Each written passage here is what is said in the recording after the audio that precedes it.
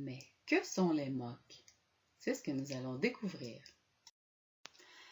Qu'est-ce qu'un MOOC? Donc, qu'est-ce que ça veut dire M-O-O-C? Le M, c'est pour Massive, Open, Online et Course. En français, si on traduit littéralement, souvent on dit que c'est des cours en ligne ouverts et massifs, mais c'est pas le cours qui est massif, donc c'est pas dit correctement. Ou des cours massifs en ligne, c'est pas comme ça qu'il faut dire. Il faut vraiment dire en français, selon le dictionnaire terminologique, des cours en ligne ouverts à tous ou des cours en ligne ouverts aux masses. Le massive, c'est parce que ça rejoint un très grand nombre de personnes. Donc, il y a des inscriptions qui peuvent aller dans les centaines de milliers. Open, c'est que c'est ouvert, donc c'est gratuit, c'est libre d'accès. On n'a pas besoin de s'inscrire à une université pour qu'ils révisent notre dossier, vérifier si nos antécédents scolaires nos notes étaient assez élevées pour être acceptées. Online, c'est que tout est offert sur Internet. Et ça peut être sous forme de vidéo, sous forme de forum. C'est vraiment similaire à, par exemple, le cours de maîtrise qu'on est en train de prendre. Et le C pour course, eh bien, parce que c'est un cours. C'est pas, par exemple, un webinaire, un TED Talk, des TEDx ou des petits modules d'apprentissage. J'ai vraiment des cours qui peuvent s'échelonner entre 6 semaines jusqu'à 3 mois. Donc, c'est vraiment la durée peut varier, comme les cours universitaires qu'on prend. Il y a beaucoup de liens entre les MOOC et la lecture obligatoire du cours qui est les générations d'enseignement à distance, technologie éducative et médiatisation de l'enseignement supérieur. Surtout aux pages 63 à 67, on sait que les MOOC s'inscrivent dans la révolution numérique, ça suit le e-learning. On est maintenant rendu à la 4e génération de cours à distance, donc on est maintenant rendu aux cours interactifs sur le web. Donc, à la page 63, on parlait que le terme médiatisation se réfère à une application systématique de divers médias dans le développement de cours qui sont diffusés à distance. Donc, ce qui permet la substitution du professeur auprès de ses étudiants. Et donc, les technologies d'enseignement unidirectionnelles, qui sont les technologies d'enseignement et les ressources accessibles. Par exemple, les PowerPoint, il y en a souvent comme support au cours. Il peut avoir la voix, donc du audio. Il peut avoir aussi l'enseignant, des capsules vidéo de l'enseignant qui se filme. Et dans les technologies d'enseignement bidirectionnel, on a les technologies d'encadrement qui sont, par exemple, Adobe Connect, Skype, Hangout, des modèles de vidéoconférence, si le mode choisi est synchrone, donc d'avoir des rencontres qui sont en direct. Et il y a aussi, par exemple, les forums, les courriels. Si on présente la rediffusion d'un enregistrement de Adobe Connect, eh bien, c'est maintenant une technologie d'encadrement pour un mode asynchrone. L'historique et la popularité des MOOC. On a créé pour vous un document infographique avec le site web PictoChart pour vous présenter l'histoire des MOOC. Dans le début des années 2000, les formations en ligne à distance, c'était vraiment seulement de la diffusion. Il n'y avait aucune interaction qui était possible entre les étudiants eux-mêmes ou entre les professeurs et les étudiants. Les MOOC sont nés des universités américaines, mais le terme MOOC vient du Canada. Donc, c'est en 2008 que le professeur Dave Cormier de l'île du Prince-Édouard, avec des collègues qui ont vraiment mentionné et parlé du terme Massive Open Online Course. De leur côté, aux États-Unis, les enseignants de Stanford se questionnaient dans un projet de recherche, ils voulaient trouver comment ils pourraient rendre l'éducation plus accessible à tous. Donc, en 2011, le professeur Sebastian Thrun a offert un cours qui s'appelait Introduction à l'intelligence artificielle. Donc, il a offert ce cours-là en ligne. Et il y a eu un total de 160 000 personnes de 190 pays sur la planète qui s'y sont inscrits. Il faut juste se rappeler que les cours en ligne, c'est pas comme par exemple, c'était pas une web diffusion que les gens regardaient en même temps, c'est vraiment un cours de plusieurs semaines. Donc, ce n'est pas toutes ces 160 000 personnes-là qui ont terminé le cours, mais une partie l'ont quand même terminé. Sûrement qu'un très grand nombre de personnes l'ont seulement suivi par curiosité, mais quand même, ça prouve que les MOOC permettent vraiment de rejoindre les masses et d'avoir un très grand nombre de personnes inscrites de façon gratuite. Donc, ils ont atteint leur objectif avec ça. Ensuite, ce fut vraiment la course pour médiatiser les MOOC. Donc, les premières plateformes ont commencé à apparaître en 2012. Donc, ça fait, si on compte, ça fait déjà 6 ans de ça, ce qui n'est pas un temps très, très long non plus. La première plateforme a été Udacity et pas très longtemps après, ça a été Coursera. Donc, c'est des professeurs d'informatique de l'Université de Stanford en collaboration avec l'Université de Princeton. À la base, il fallait payer pour accéder aux plateformes. Ensuite, le MIT a créé MITx et ils ont maintenant un très grand nombre de collaborateurs qui a des universités, des institutions, mais aussi des compagnies qui collaborent avec eux. Je vais vous en parler un petit peu tantôt. Et ces universités-là, avec les cours, les plateformes, ils recueillent un très grand nombre de données. Donc, c'est vraiment intéressant, si ça vous intéresse, d'aller en profondeur. Il y a des rapports qui sont sortis du nombre de personnes, où ils sont. Est-ce que c'est la première fois qu'ils s'inscrivent à un cours? On va vous en parler un petit peu plus tantôt, mais si c'est un sujet qui vous intéresse, je vous suggère fortement d'aller faire un petit peu plus de recherche là-dessus. Harvard et MIT, en 2012, ont aussi commencé à collaborer ensemble. En 2 ans, c'était plus de 1 million de participants pour seulement la plateforme de Harvard. Et maintenant, après 2012, 2013 jusqu'à aujourd'hui, ça a vraiment été ce qu'on appelle la MOOCification. C'est les MOOC le boom en explosion. Donc, il y en a de plus en plus. Si vous regardez les diagrammes à côté, donc le nombre d'utilisateurs inscrits pour Coursera. Donc, Coursera seulement a presque 30 millions d'étudiants ou de gens qui prennent des cours. edX, qui est très populaire aussi, en a quand même presque 15 millions, donc c'est la moitié de Coursera. C'est vraiment les deux plus populaires. Et vous voyez Udacity, qui était le premier à avoir vu le jour. C'est pas le plus populaire maintenant, donc il y a environ 8 millions d'utilisateurs inscrits. Mais si on met toutes les plateformes qui offrent des MOOC, tous les cours ensemble, 81 millions d'étudiants et les chiffres continuent d'augmenter. Plus de 800 universités et ça, c'était des données de 2017, mais il y avait 9400 cours qui étaient offerts. edX, on va vous montrer un exemple plus tard de la plateforme, mais ils ont beaucoup de partenaires, comme par exemple l'Université de Toronto, McGill et l'Université de la Colombie-Britannique. Et parmi les compagnies partenaires, ils ont par exemple Amazon Web Services, Colgate, je ne savais pas que Colgate avait une université, mais oui. Ils ont Amnesty International et évidemment des partenaires dans le monde de l'informatique comme IBM et Microsoft. C'est facile d'établir des liens entre les MOOC et les compétences du 21e siècle. Par exemple, les MOOC sont survenus à cause des changements dans la population, les changements de société et maintenant l'économie veut le savoir, tout est rapide, tout est interconnecté, on est ouvert sur le monde et la technologie, l'innovation sont de plus en plus importants. Aussi, les modèles des apprenants ont changé. Donc, les générations plus jeunes ne sont pas du genre à aller s'asseoir dans une salle de classe pour lire des documents en papier.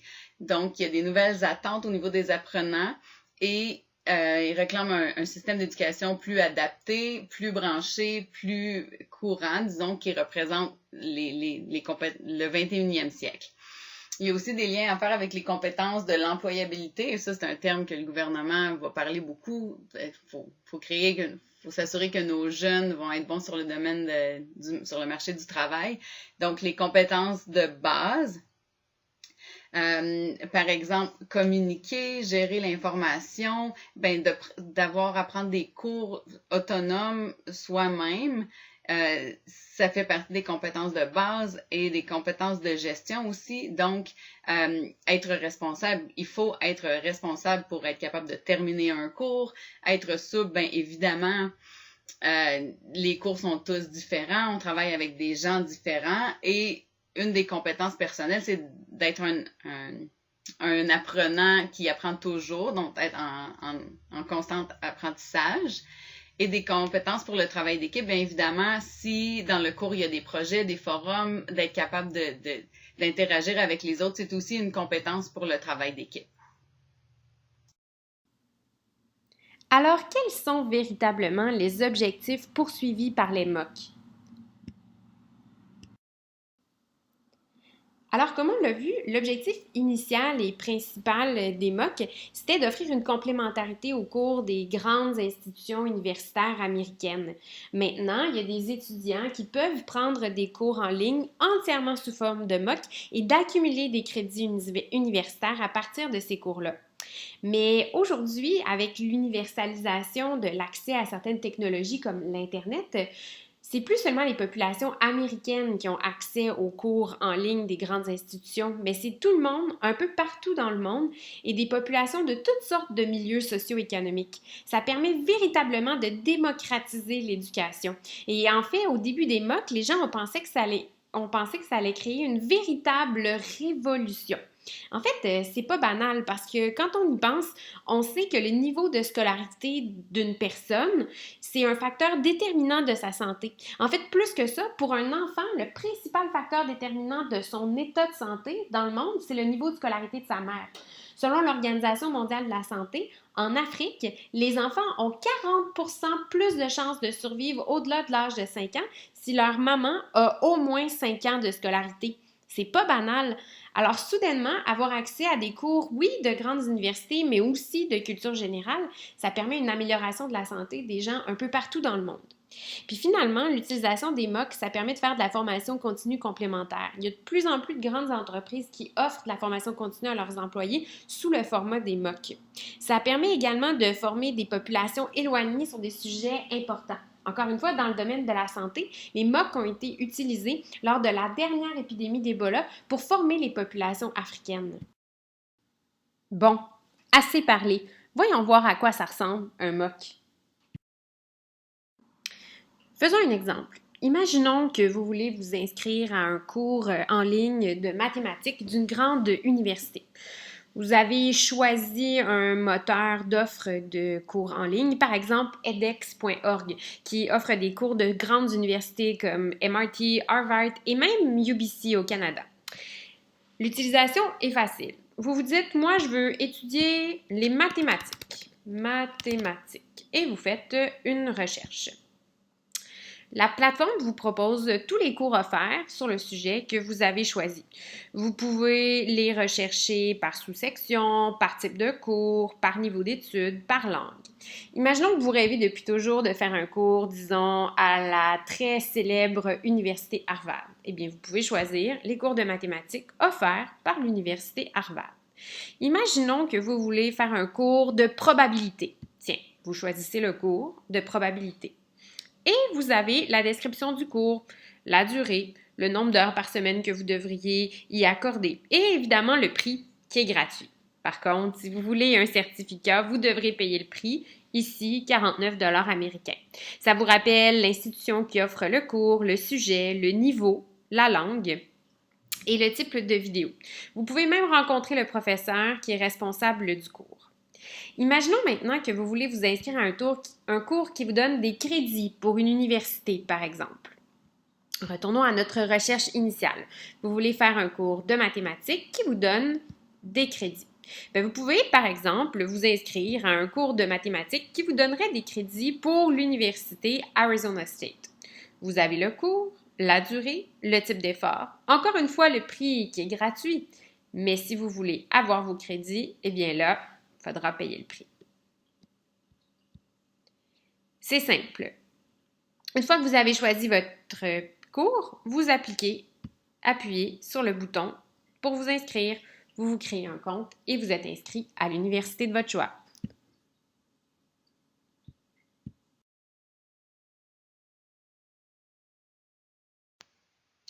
Dans cette partie, on va voir ensemble quels sont les avantages et quels sont les inconvénients de suivre des MOOC. Le tableau que vous voyez, on a trouvé que c'était une façon très visuelle de le créer. Ça nous fait penser à quand on travaille avec ce qu'on appelle les flip charts dans les classes, avec les post-it qu'on colle sur les murs pour organiser nos idées. On a créé ceci avec le site web framemo.org. On a donné le titre MOOC et c'est interactif. Donc, si après la présentation, vous êtes intéressé à aller participer avec nous, vous pouvez aller l'utiliser et ajouter des avantages et des inconvénients de chacun des côtés. Les avantages qu'on voulait mettre en évidence, c'est vraiment que les cours sont gratuits. Un des inconvénients, c'est que pour avoir le certificat, il faut souvent payer de l'argent. Et ça, on va vous parler dans une autre partie de voir est-ce que les gens sont vraiment prêts à donner les sous. Un avantage, c'est qu'on peut travailler à notre propre rythme et prendre des cours avec des universités très réputées, comme par exemple, on peut prendre des cours avec Harvard sans avoir besoin ni de se déplacer pour y aller, sans avoir besoin de payer les frais d'université non plus. Il y a à la fin de chaque MOOC, les gens peuvent répondre à un sondage pour donner de l'information aux professeurs qui créent les cours de façon à améliorer les cours. Donc, plus il y a de rétroaction qui est donnée, un avantage, c'est que meilleure devient la qualité de chacun des cours. Un avantage financier, c'est qu'on peut explorer beaucoup de domaines sans avoir... Encore une fois, c'est en lien avec les finances, mais on peut explorer plusieurs domaines qui pourraient nous intéresser sans avoir de pénalité si jamais on décide de ne pas terminer le cours. On n'a pas non plus une université qui pourrait nous refuser l'accès parce qu'on n'a pas réussi, on n'a pas eu des notes assez élevées dans les cours. Un avantage aussi, c'est de pouvoir travailler avec des gens de partout dans le monde, donc découvrir d'autres personnes avec les forums, avec les emails que souvent ça permet d'échanger. Des inconvénients, certains sites, on a vu des témoignages de gens qui disaient qu'il y avait moins de soutien avec les enseignants. Évidemment, si, comme dans le cas du cours sur l'intelligence artificielle qui avait eu 160 000 personnes, bien évidemment, on ne peut pas s'attendre à recevoir des courriels de l'enseignant à tous les jours ou répondre à chacune de nos questions. Côté évaluation, la notation des évaluations, bien, souvent, on fait ce qu'on appelle de l'évaluation par les pairs pour pouvoir noter la quantité d'examens ou c'est beaucoup des choix multiples. Est-ce que c'est aussi valide? Peut-être que oui, peut-être que non. Ça peut dépendre de la façon que c'est noté aussi. On se questionne sur est-ce que les employeurs trouvent les MOOC aussi crédibles que, par exemple, un cours universitaire. Si quelqu'un décide de faire un programme de micro-maîtrise ou une maîtrise en ligne gratuite, est-ce que leur employeur pourrait leur donner des promotions parce qu'ils ont ces qualifications-là? Ça reste à voir. Peut-être aussi que les MOOC sont trop nouveaux et pas encore assez connus des employeurs ou de la population en général pour y accorder une aussi grande importance. Comme c'est un horaire qui est très flexible et qu'on n'a pas besoin d'être devant l'ordinateur pour des cours synchrones, il y a des gens qui trouvent ça difficile d'avoir de la rigueur au travail parce qu'ils ne sont pas forcés de travailler, par exemple, de telle à telle heure une journée par semaine. Si vous pensez à d'autres avantages ou inconvénients, n'hésitez pas et allez visiter notre site framemo.org/MOOCS.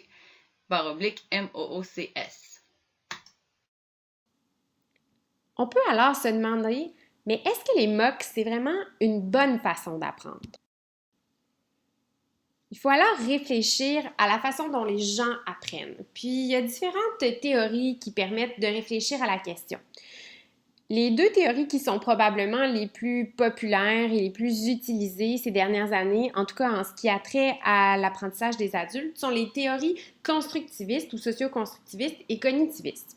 Dans la théorie constructiviste, on se rappelle que les adultes ont un grand bagage de connaissances antérieures et que c'est à partir de ce bagage-là qu'ils se posent des questions et qu'ils peuvent bâtir de nouvelles connaissances.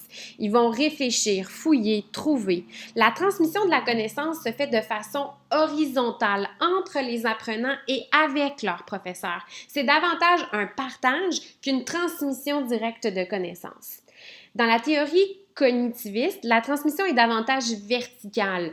Le professeur est plutôt responsable de la connaissance qu'il transmet de façon directe aux étudiants.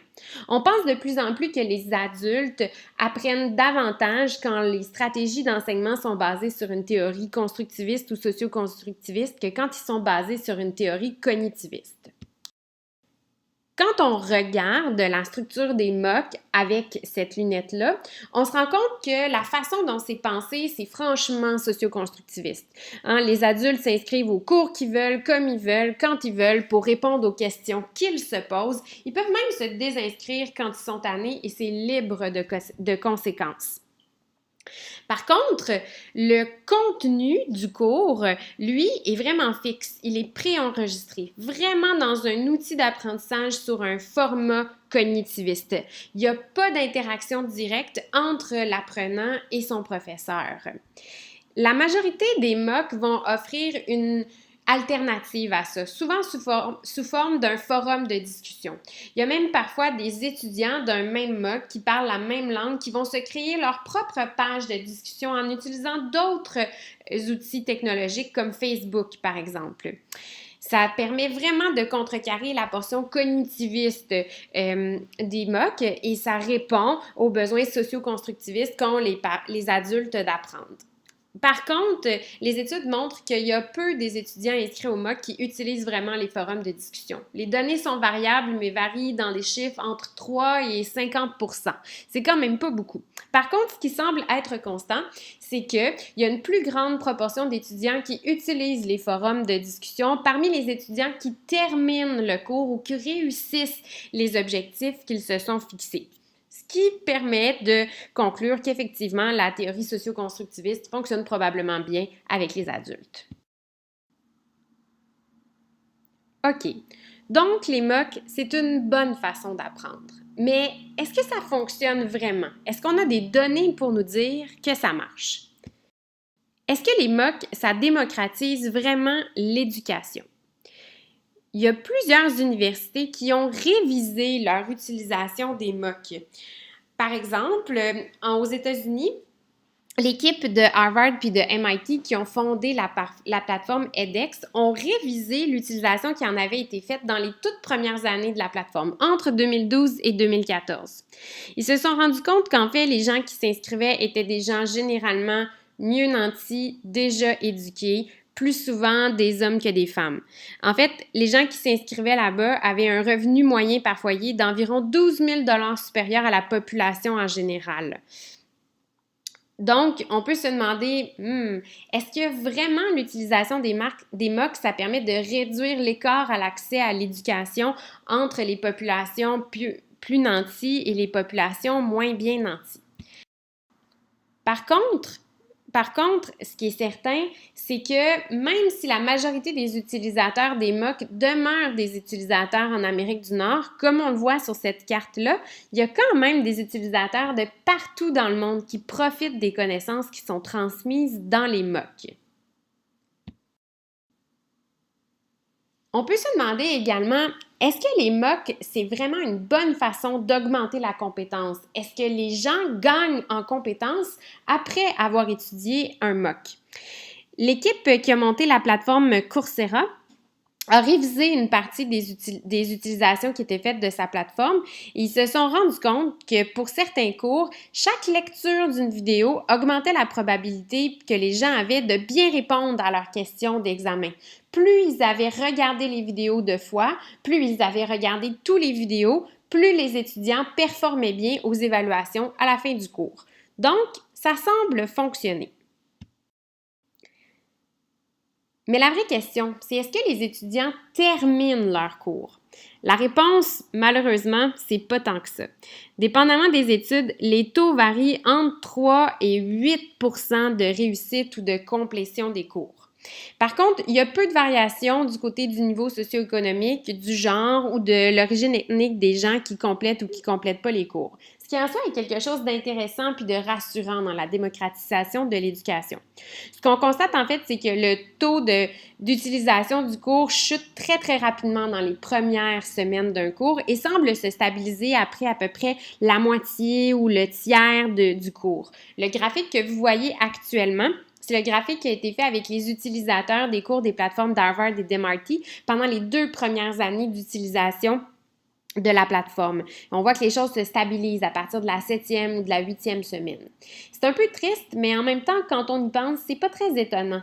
Comme il n'y a absolument aucun coût associé à l'utilisation des MOOC, ça permet aux gens de faire une exploration, puis de poursuivre seulement si cela répond à leurs besoins.